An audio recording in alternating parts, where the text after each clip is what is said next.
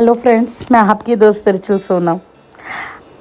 आपको हमेशा एक बात आपके माइंड में रखनी है कि कोई तो है जो इस दुनिया को चला रहा है, कोई तो है जो हमेशा हमारे साथ है, कोई तो है जो हर वक्त हमारे साथ खड़ा है। जी हाँ, यूनिवर्स हमेशा आपके पीछे होता है। आप उस एनर्जी को कोई भी नाम दीजिए, आप ईश्वर कहिए, अल्लाह कहिए, वो हमेशा आपके आसपास होता है, क्योंकि वो हमेशा आपके अंदर ही होता है। कोई तो है ना जो इस दुनिया को चला रहा है। आपने देखा होगा, क्या किसी को सूरज को फ़ोन करना पड़ता है या चांद को फ़ोन करना पड़ता है? वो अपने डिसाइडेड टाइमिंग्स पे ऑटोमेटिकली आ जाता है। जो हमारे सीजन्स है वो भी ऑटोमेटिकली आते हैं, तो सब कुछ ऑटोमेटिकली होता है।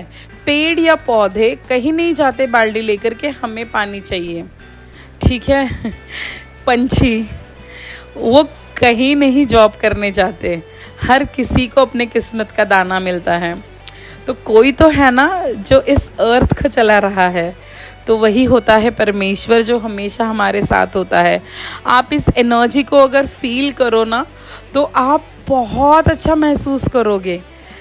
आपको वो दिन याद है जब हम बचपन में एग्ज़ाम्स लिखा करते थे? तो मुझे मेरी कहानी याद है।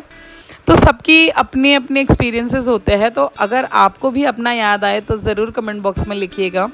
मुझे हमेशा याद होता था, मेरी मम्मी मुझे कहकर भेजती थी कि बेटा अगर तुम्हें कुछ याद ना आए तो सिर्फ ओम नमः शिवाय बोल देना, तो मतलब आपको जो आंसर है वो ऑटोमेटिकली आ जाएगा।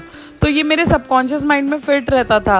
तो मैं कहीं भी अटकती थी तो मैं ओम नमः शिवाय बोला करती थी। और मैंने मैजिक देखे हैं मेरे जीवन में। जब जब कहीं मैं अटकी हूँ और मैंने मंत्र का उच्चारण किया है, तो कोई ना कोई रास्ता अपने आप निकल कर आता है। तो कोई तो है ना जो हमारा ख्याल रख रहा है, तो वो तो हमसे जुड़ा हुआ ही है, बट हमें इस दुनिया में भाग दौड़ में उससे ही नहीं जुड़ पाते हैं। इसीलिए तो होता है ना मेडिटेशन, हमारा और ईश्वर का कनेक्शन। तो हम ही हमारे ईश्वर हैं, हम में ही ईश्वर बसते हैं और हम उन्हें मंदिरों में ढूंढ रहे हैं। आप याद करो, कब आपने बिना मोबाइल के कोई पिकनिक की हो या ट्रिप किया हो या कोई मंदिर का दर्शन किया हो? नेचर में, प्रकृति में ही तो भगवान होते हैं ना। पहले हम जब बचपन में छोटे हुआ करते थे, जो 90s के बच्चे हैं, उसके पहले के हैं, तो उन्हें पता है, क्योंकि मोबाइल तो अभी 2006-7 से सबके पास रहने लगे। उसके पहले तो किसी के पास नहीं हुआ करते थे, बहुत रेयर हुआ करते थे। 2008 के बाद तो सबके पास ही आ गए।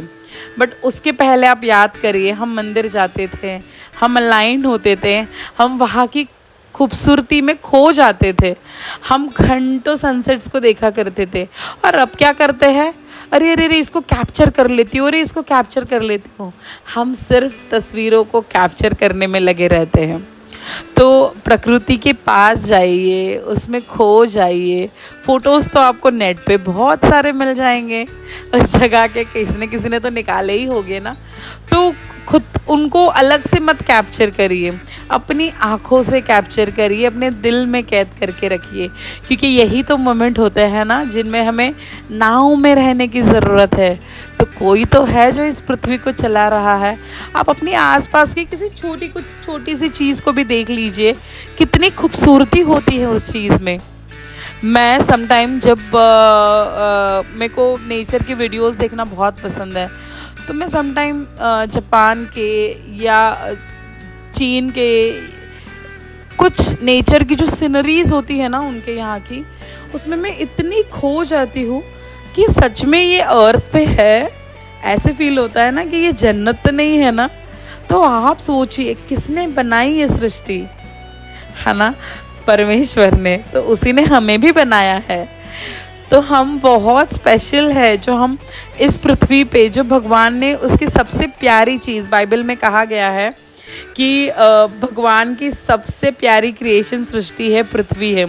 तो उस पृथ्वी पे अगर उसने हमें भेजा है, तो हम कितने स्पेशल है।